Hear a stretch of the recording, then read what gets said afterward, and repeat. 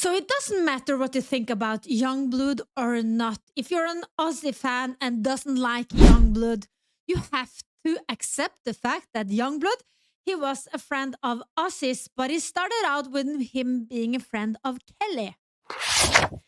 And in August 2024, YUNGBLUD went on the Osbourne podcast. I'm not sure if you're aware of that. They had the podcast, and he went on the podcast with Kelly and Sharon. And then Sharon asked, how did you two meet? And then it's interesting to know that Kelly and YUNGBLUD was friends before he befriended Ozzy. Anyway, I want to ask a question. Yeah, How the hell did you two meet? We met years ago. Years ago. It was like one of your first shows in LA. There was like 40, 50 people there. And like, I was like, oh fucking hell, it's Kelly Osbourne. I was like, I recognised her. And then you said hello, and it was so sick because I don't know, man, like, I'd come to LA and a lot of people were full of shit, and it was kind of nice to meet someone who was just as crazy as I was. Do you know what I mean? But I was being really well behaved at that time. Yeah, you were. I was like really underwhelmed. I was really, I had to be, because I was like just out of rehab again. Oh, and I think it was our first American tour, actually. It was your first American tour. And a friend of mine from England asked me if I wanted to go, and I said, yeah, I'll go. And I was just like a little bit, because I didn't know what to expect, a little bit blown away and taken aback that he was as good as he was. Oh, cute. And I was. Thank you. Then I went up and said hello. I love the honesty, right? She was just like, she was a little bit taken away how good YUNGBLUD was. And it's so cute to see a young YUNGBLUD. It is an age gap there, but I think it's cute that they befriended each other in this way. After the show. I remember what you had on. You had a parker on. Do you remember my green parker with the rhinestones? Yep, you had a green parker on. I remember. And I was like, really. And he got ADHD, and that's paying attention to details. Remembering that is so neurodivergent behavior. Not in a good place, because I was just out of rehab and like really shy and not really talking to many people at that time in my life. And I just thought his show was great, so I told him. And then we went to that weird club. Yeah, weird club. Which one? A weird fucking Well, I nightclub. just was like eating ice and wanting to leave. Yeah, it was weird, man. I think like people get this, you know what I mean? You know, if you like, a record label comes and everyone thinks you want to go to a nightclub, whereas I would have rather gone to a fucking dive bar or some shit like that. But Or just a diner. But Mum, it was like the busiest club. They took us to this with, like, weirdest girls club with, ever. Like all the big fireworks fucking like and boobs and fucking like sparklers and shit. And I'm just, it was kind of intense because we were getting along, and I was trying to talk. I was like, what?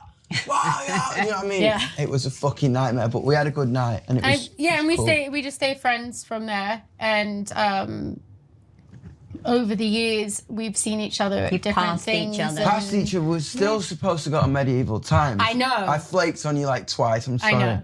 We were gonna go to Medieval Times, but we never made it happen. But now we have even more of an excuse to go because I have a baby. Exactly. We'll take your baby to Medieval Times. I think it's so awesome, and they stayed friends from that point. And I don't think we should ask any question about that. I can see why some people may say that he befriended Kelly because he was a huge Ozzy Osbourne fan and he wanted to get closer to Ozzy Osbourne. But I think like you can't fake a true relationship, and she would know because Kelly and YUNGBLUD, of course, 2 stars. Kelly been in the spotlight since she was a teenager. She would know. She know fake people, and you will have a radar that would single you out if you are behaving with ill intent. But anyways, but YUNGBLUD met finally Ozzy Osbourne, and they connected immediately as well. And then they collaborated on the music video with YUNGBLUD, The Funeral. And I think this is just like a hilarious video, but just like, let's see just a little bit of it.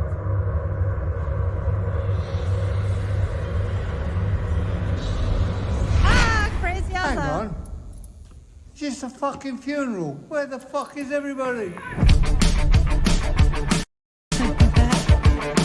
This is the brief thing I'm gonna show you. I think is so hilarious. It's so typical Ozzy Osbourne, right? But they collaborated on this song way before he died, and so people saying that Youngblood, he went on back to the beginning and sang changes, and then he just like pretending to be Ozzy Osbourne's friend. That's not true. He collaborated with the Ozzy Osbourne himself. And so after the Back to the Beginning concert, it only went 17 days, and then Ozzy Osbourne passed from that one. And 3 months later, Youngblood was a guest on Jack Osbourne's podcast, and I think it's hilarious. No, maybe not hilarious, but he calls it Trying Not to Die. The podcast name is Trying Not to Die, and Youngblood went on that one.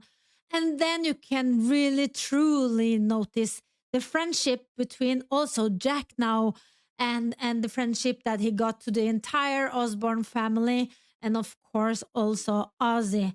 And I made some shorts out of this, and I think maybe now it's time for Jack Osbourne to heal. Let me hear what you think about maybe leaving Jack Osbourne alone now, maybe stop doing the shorts and everything. But I just wanted you to show you like a bigger, larger sequence of from the podcast where they talk about how people has been really, really behaving badly towards Youngblood. After the VMAs, you know, Oh, yeah. there was some, you know, some rock stars were slagging you off and kind of being like, oh, he's just clout chasing, he's jumping on the bandwagon of, you know, Ozzy passing. But I kind of wanted to use this opportunity to talk about that because, you know, you've been so, and as a family, we've talked about this, you've been so graceful over the last 2 months. Oh, bud. Oh, bud.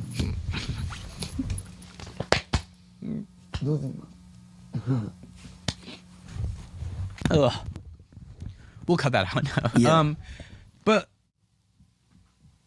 you were so much more involved. Yeah. And we've respected that you've respected that. But these people didn't fucking know. No. They didn't know. They don't know the fucking story of it. They don't know the things we know. And I was just kind of like, fuck you, dude. Like, Yeah. Dom meant something to my dad. My dad meant something to Dom. And it's like, the way I see it, we were all like, yeah, you go. I mean, I fucking texted you the night of the gig and I was like, fucking crush it. Dude, And I rest my case. Jack Osbourne rest the Osbourne case. I think now, if you doubt how much Youngblood meant to the Osbourne, to Ozzy, shame on you. Shame on you for putting Jack Osbourne in this position. Watch this podcast. I will make a link to it, and you will see how genuine Youngblood is. He's just like, he's such a genuine guy. And it's about now to just like bury anything negative about him being a cloud chaser of this friendship. He was a true friend, and you can so much tell. Emotions doesn't lie. Jack's emotions is so genuine. It's so there. Please comment, like, subscribe. Let me know why you think people are hating on the fabulous Youngblood. He doesn't deserve it. Nobody deserves this. Until next time, bye-bye.